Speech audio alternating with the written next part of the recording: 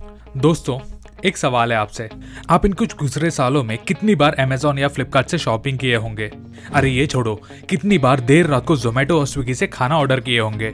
आप आधी रात को इन मर्चेंट्स को ऑनलाइन पेमेंट करते हो, तो क्या कभी आपने सोचा है ये पोर्टल्स और गेटवेज इतनी लेट नाइट तक काम कैसे करते हैं? दोस्तों, आपसे एक बात क्लियर कर दूं कि आपका ट्रांजैक्शन कंप्लीट करने के लिए कोई देर रात तक जागा नहीं रहता। इट्स ऑल ऑटोमेटेड और ये होता है ऑनलाइन पेमेंट गेटवे की वजह से। लेकिन दोस्तों, ये ऑनलाइन पेमेंट गेटवे क्या है और ये कैसे काम करता है, इसका हमें कुछ ज्यादा आइडिया नहीं है।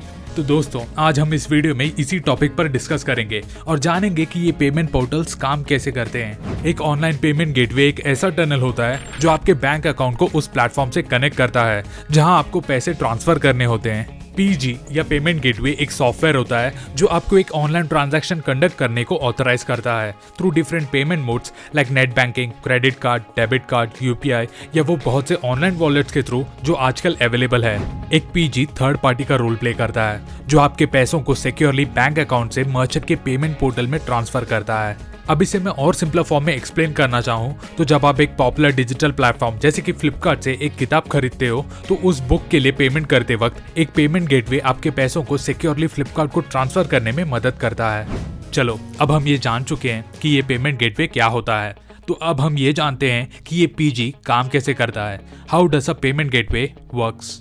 एक पेमेंट गेटवे का काम होता है यूजर के द्वारा दिए जा रहे सेंसिटिव इंफॉर्मेशन को सिक्योर रखना all through out the payment process. अब ये पीजी ये डेटा सिक्योरिटी को इंश्योर करता है by encrypting the data like card and bank details जो यूजर के द्वारा प्रोवाइड किया जाता है। अब मैं आपको इस पेमेंट गेटवे के कुछ टिपिकल स्टेप्स के बारे में बताऊंगा जिस ऑर्डर में ये प्रोसेस काम करता है।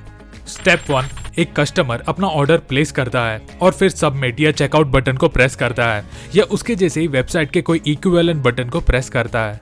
स्टेप 2, अब एक बार ये हो जाए वो वेबसाइट या वो ई कॉमर्स प्लेटफॉर्म कस्टमर को एक पेमेंट गेटवे की ओर लेके जाता है जहां वो अपनी सारी रेलेवेंट इंफॉर्मेशन ऐड कर सकता है अबाउट द बैंक और द कार्ड जिसे वो पे करने के लिए यूज करने वाला है। और ये पीजी यूजर को डायरेक्टली इशूइंग बैंक के पेज की ओर ले जाता है या एक 3D सिक्योर पेज में ले जाता है जहां वो ट्रांजैक्शन की ऑथराइजेशन के लिए पूछते हैं।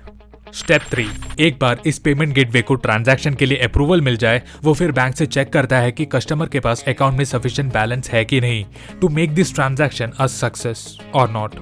स्टेप 4, अब इसके बाद पेमेंट गेटवे उस मर्चेंट को अकॉर्डिंगली एक मैसेज भेजता है। अगर बैंक की तरफ से रिप्लाई नो आता है फिर तो मर्चेंट सब्सिक्वेंटली कस्टमर को एक एरर मैसेज भेजता है ये बताकर कि there is an issue with the card और द बैंक अकाउंट। और अगर बैंक पोर्टल की तरफ से रेस्पॉन्स यस आता है तब ये मर्चेंट बैंक से ट्रांजैक्शन मांगता है।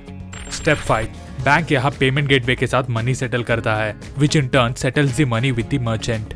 एक बार ये पूरा प्रोसेस कंप्लीट हो जाए कस्टमर को एक कंफर्मेशन मैसेज भेजा जाता है that your order has been placed. और जैसे हमने पहले बताया था, इस मनी ट्रांजैक्शन के प्रोसेस में बहुत से सेंसिटिव इंफॉर्मेशन इन्वॉल्व होते हैं about a persons bank and card details जो उस इंसान के लिए एंटायरली पर्सनल होता है। इसी वजह से ये आवश्यक है कि वो इन्फॉर्मेशन सेफ रहे। और मेरे हिसाब से और एक्सपीरियंस से अब तक के some of the safe and secure payment portals हैं अमेज़न पे, सिट्रस और पेयूबिज इंडिया। सो दोस्तों, आई होप मैं आपकी छोटी सी क्यूरियोसिटी को शांत करने में सक्सेसफुल रहा हूँ। अगर वीडियो पसंद आया हो तो इसे लाइक करें, शेयर करें और अपने ओपिनियंस नीचे कमेंट करें। और हाँ, अगर यहाँ नए हो तो प्लीज चैनल को सब्सक्राइब करना मत भूलना। So until we meet next time with more such informative videos, bye from tech Baba.